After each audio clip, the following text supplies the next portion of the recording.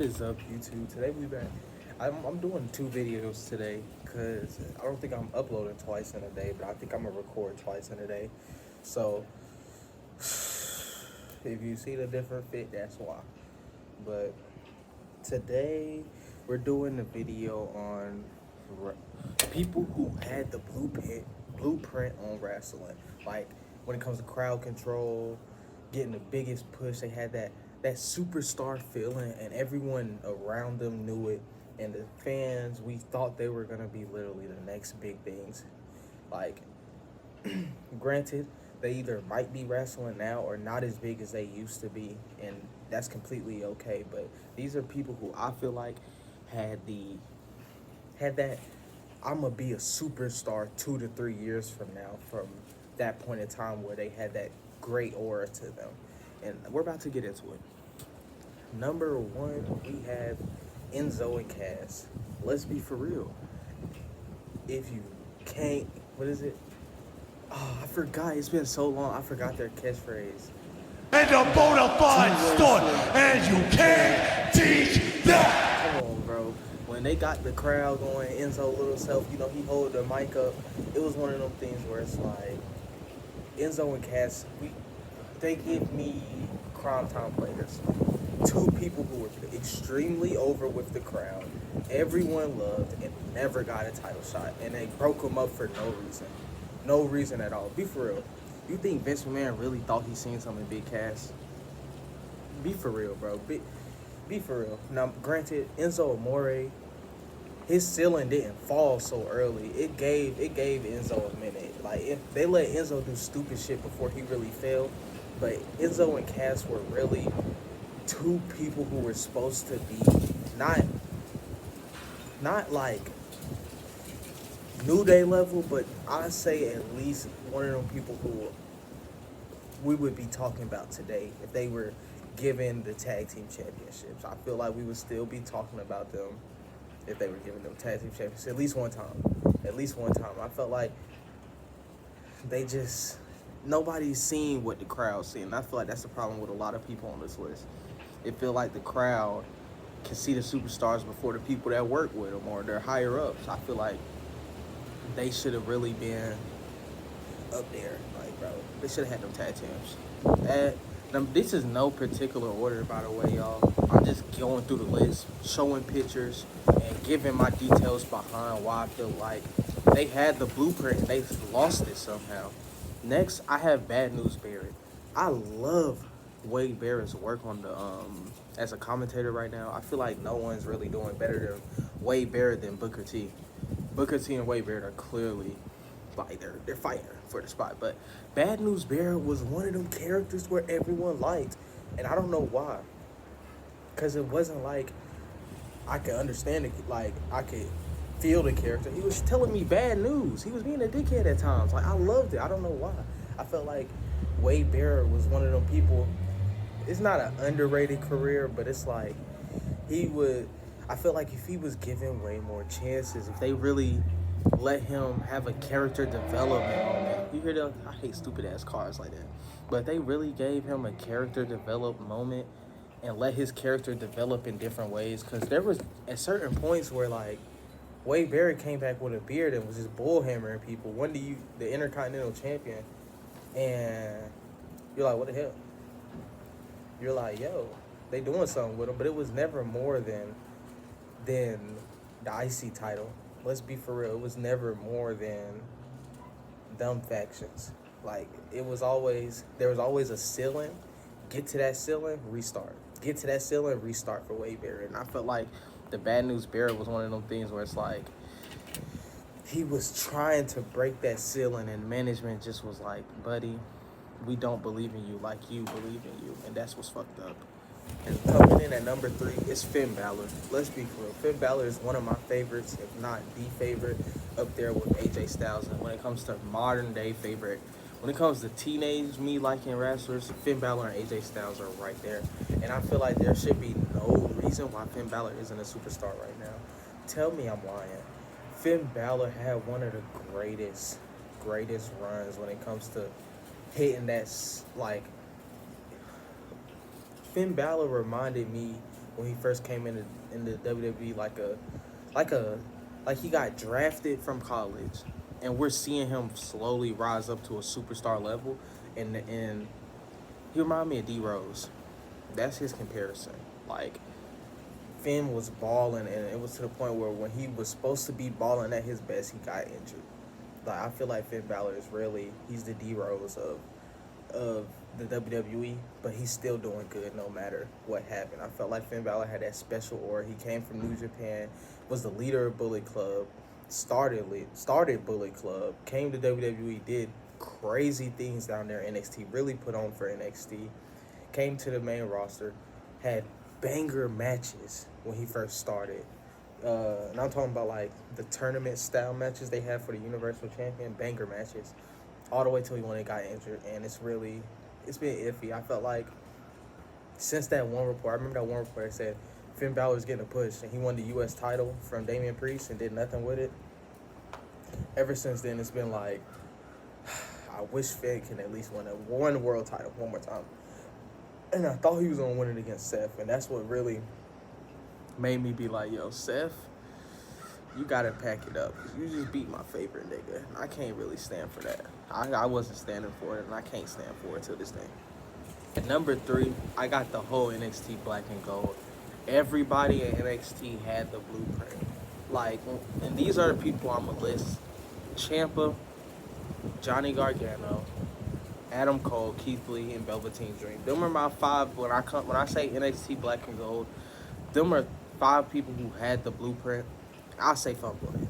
I'm not gonna say fumble it because at the end of the day, these people are still wrestling. It's not like their careers are over and they stop fighting.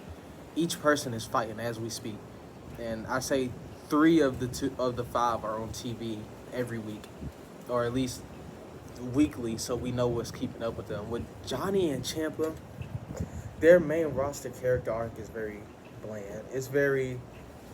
It's iffy. Like, I felt like Ciampa was supposed to have way more heel attitude when he came in. And when he came in with The Miz, it was more of, hold on. When he came in with The Miz, it was way watered down. Like, it felt like The Miz was paying him off to protect him because he knew Tommaso was really crazy. And Tommaso was like, well, I'm in a suit and tie now. You know what I mean? I feel like it's been very, very under the way their returns. Like, if you would have told me back when NXT Black and Gold was coming that Ciampa and Johnny Gargano was coming to the main roster, nothing but excitement, and I would be ready to see what type of fights they have been in. But since both of these people have been in the main roster, it's been little to nothing. And now we're on to the next point. We're talking about Johnny Gargano. Let's be for real. Johnny Gargano, the only thing we have known Johnny for, besides forming DIY back, is getting beat up to Omos. Johnny Gargano, it's literally horrible how they're treating him because he was literally the love, like, not the love, pause, but like, everyone, he was the most likable character in NXT Black and Gold, whether it was main roster or NXT, and it's crazy how much layers they have took off of him. It's not really the Johnny I know and love, and I'm just gonna be honest because I know and love Johnny Gargano, so I can tell when it's Johnny. Like, this is not Johnny. Even though DIY is back, I do hope they can take the titles off Finn Balor and them, split up the tag team titles, put one on Raw. I really hope Johnny Gargano and Tommaso Ciampa do it because the tag team titles right now, they just need to be, one need to be on SmackDown and one need to be on Raw, and nobody is saying it. And it's crazy it's been going on for this long and nobody has addressed it. It's been through the Usos, Sami Zayn and KO, and then the Judgment Day, and no one's like, I think we should just find a way to split up the titles. And Judgment Day don't defend their titles on SmackDown. They said fuck SmackDown, we're Raw. All stand for Judgment Day on Monday Night Raw. Like Paul Heyman told JBL, the Judgment Day did not want to work Tuesdays. In this case, we mean Fridays. They want their Monday and get the fuck off because they not coming to SmackDown. Next for me, we have Adam Cole. Let's be for real. Adam Cole is not the superstar that he once was now that he's in AEW, with the boot or without the boot. So that means with injury or without injury, Adam Cole is not superstar level as he was in NXT. Like, Mind you, with the Devil storyline now being revealed as Adam Cole, this could take a shift in his AEW career. But since leaving AEW, you're not telling me a double clothesline is the height of your career when you was just putting on bangers in a brand that you was just calling yours. You know what I mean? Like, it was one of them things where he had everything around him in NXT, and once he got to AEW, he lost. Like, it's not lost, but it's like, I don't know. I can't tell if it was because, like, the names was different, because it's the same people around him. It was just different in a different environment. And I felt like since he left WWE, it really hasn't been the same, like, aura feeling or wrestling feeling. I felt like Adam Cole really used to be one of the niggas who, like, you gotta catch Adam Cole getting deep. Like, them super kicks used to go crazy in Black and Gold. I just can't wait to see him fight again, get off the injury. You don't like to see nobody hurt, especially when they're doing something to entertain you. So I feel like I just can't wait for Adam Cole to come back and show us if it's time to take a shift in his, like, he's about to take a shift in his career compared to his time with AEW now, because I'm ready to see if they're going to take a shift, because I'm ready to see that big shift and that big leap from Adam Cole once again, because he's definitely, that may have been, Black and Gold may have been his prime, but he definitely can do way better than what he's doing now. And next we have Keith Lee. I feel like Keith Lee, there's not much to be said about Keith Lee. We all know the rise and fall of Keith Lee. Casual fans know the rise and fall of Keith Lee, and we all pray that he gets to a point where he's back to a point. We pray he gets to a point where he's back to a point. Perfect. But we all hope and pray that he's back to a point where he's, I say at most, contending for champions, contending for higher ranking champions. I really wish. And with AEW, I feel like Keith Lee should be one of them people who know, like, I feel like he should be one of the people who facing Eddie Kingston a lot. I feel like him and Eddie Kingston will put on some great matches, especially with Eddie Kingston being Cripple Crown champion. There's no reason why Keith Lee shouldn't be fighting him at least one time. You know what I mean? I feel like there's way too many championships, way too many opportunities for Keith Lee to be doing nothing at AEW. And same when it was in WWE, I felt like they really dropped the ball. You know what I mean? Like, I don't care. I didn't really care about the name change when Keith Lee did it, because at the time, it was one of the things where, okay, he got a character, he's mean now. Then they released him. It's one of the things where it's unfortunate for Keith Lee, because, like, there's really enough space for him to be doing what he was doing in NXT and right before he got signed with NXT. That's the crazy thing.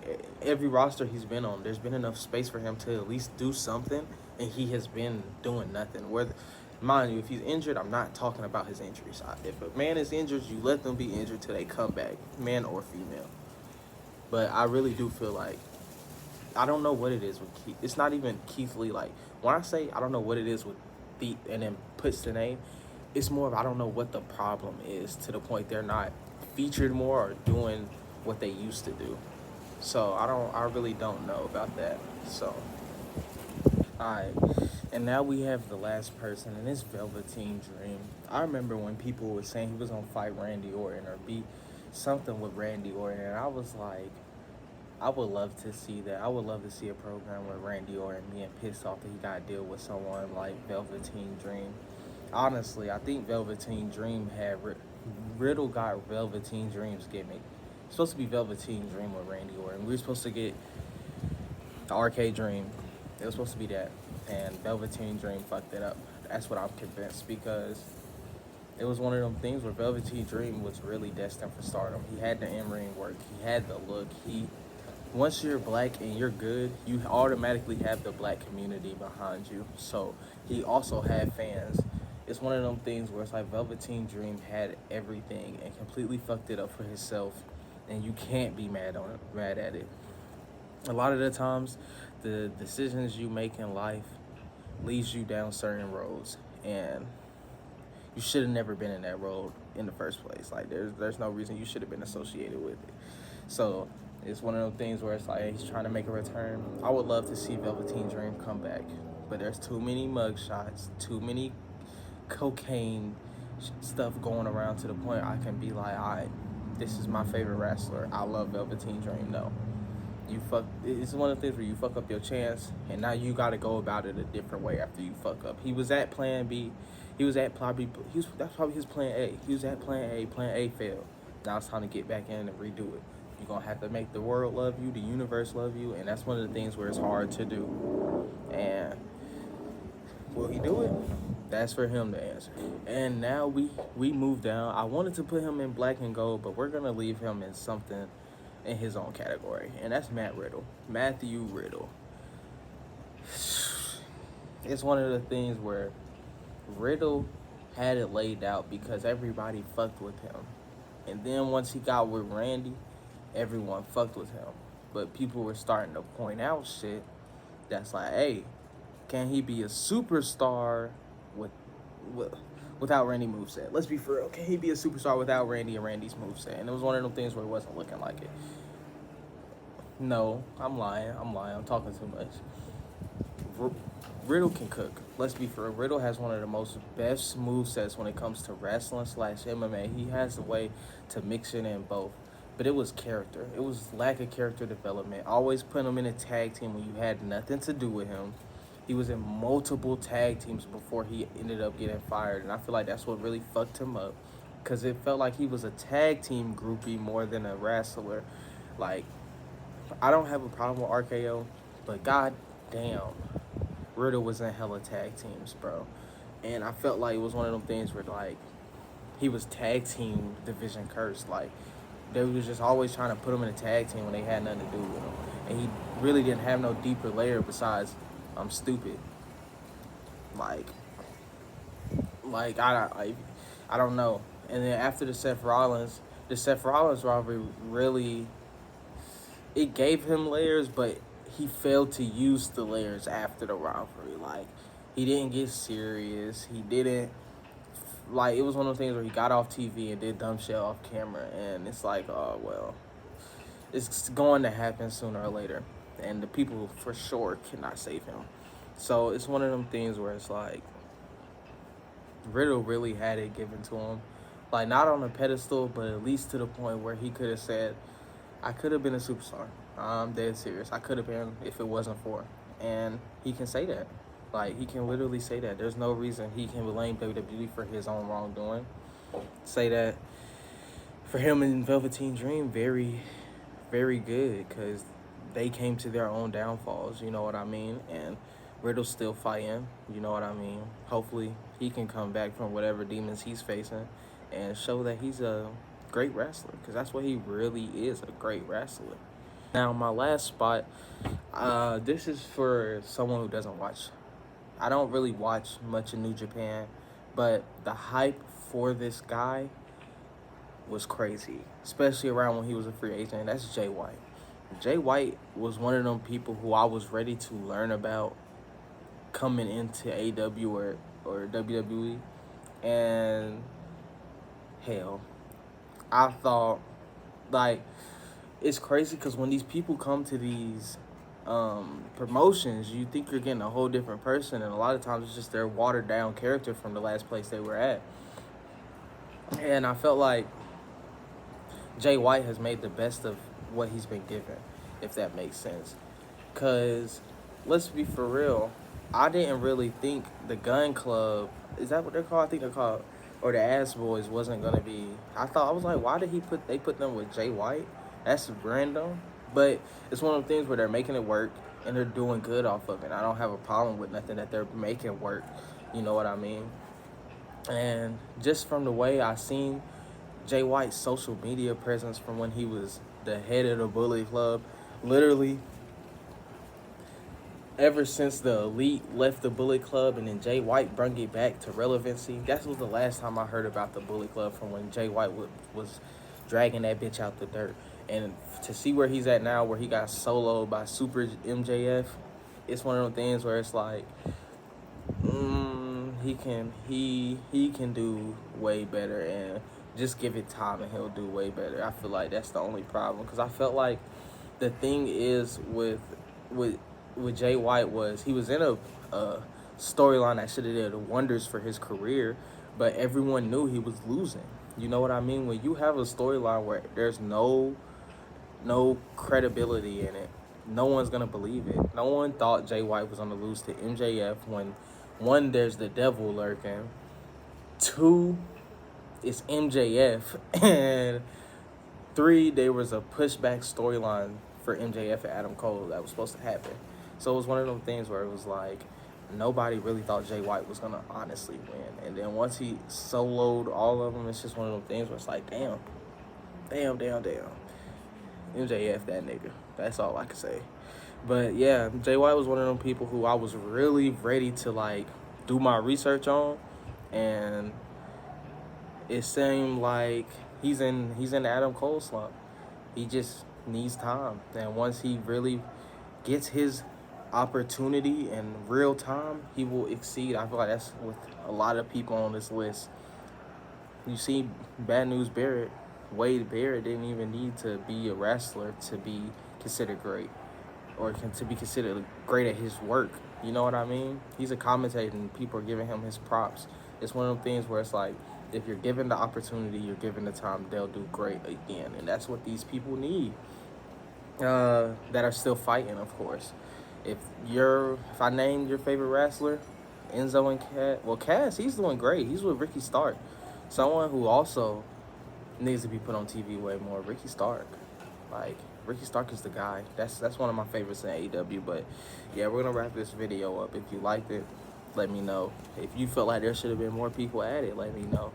And if you felt like there should be people taken off this list, let me know. Yeah, we're out. You want the cat cam? We're gonna give you the cat cam. The cats is out. The cats is out. The cats is out. The cats is out. Cat cam.